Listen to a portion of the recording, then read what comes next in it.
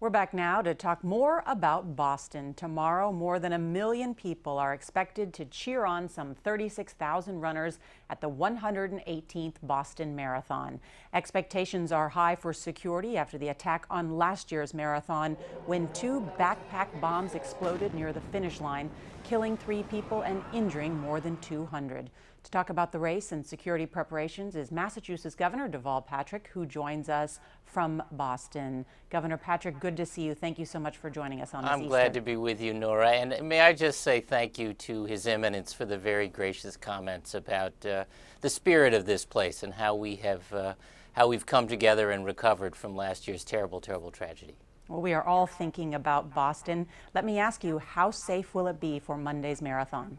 Very safe. Somebody said it may be the safest place in America tomorrow. But I will say that we've tried to strike a balance between enhanced security and preserving the family feel of this day. One commentator, a friend of ours, Mike Barnacle, described the marathon as a 26.2-mile long block party.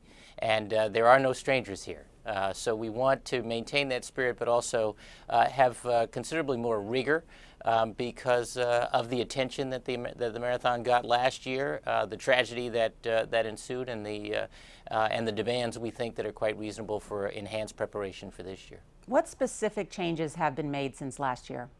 Well, some I can talk about, some I won't. I will say that there'll be considerably more police presence.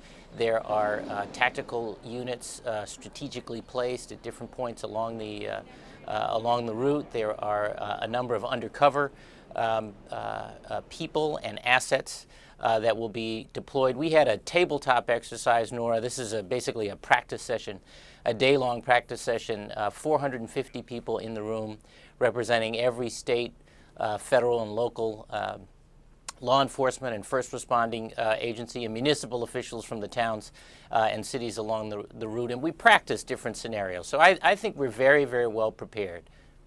But despite some of the safety assurances, last week there were 2 backpacks that had to be detonated. How confident are you that something like this won't happen again? Well, I feel quite confident. I think, in fact, it was the training and preparation of the team that identified those backpacks when they did. One was a hoax, as you know, and not a very funny one, and the other was a camera bag. We are not permitting backpacks at or near the finish line or in those last several hundred yards. And I think there's going to be a sensitivity that many of the spectators have to people bringing parcels closer to the race, and I ask that people respect that. Has the Boston Police Department or anyone in state law enforcement received specific threat information from the FBI about tomorrow's race? No, Nora, we haven't. And, the intelligence folks often talk about so-called chatter in intelligence channels, and there has not been elevated chatter, as they say. We're not taking that as a sign to sort of stand down. We're very alert, we're very prepared, and we're assuring people as much as we can that it'll be a fun day and a safe one. You know, I know Boston has successfully hosted a major sporting event since last year's attack. Of course, the World Series, everything went well at Fenway Park, but securing Fenway Park seems a little bit easier than securing a 26-mile route. How do you do that? It's a completely different game. It's, the head of our emergency management team said he would take a stadium over a marathon route any day because there's certain defined exits. It's a confined space. This is considerably more challenging, but we also don't want to have it, kind of a race through a militarized zone. So it's about striking a balance, and I think we have struck that balance. Mm-hmm. And let me ask you about some of the runners involved in this race. Last Sunday, 60 Minutes profiled Shalane Flanagan, who seems to be the hometown favorite. Yes, indeed.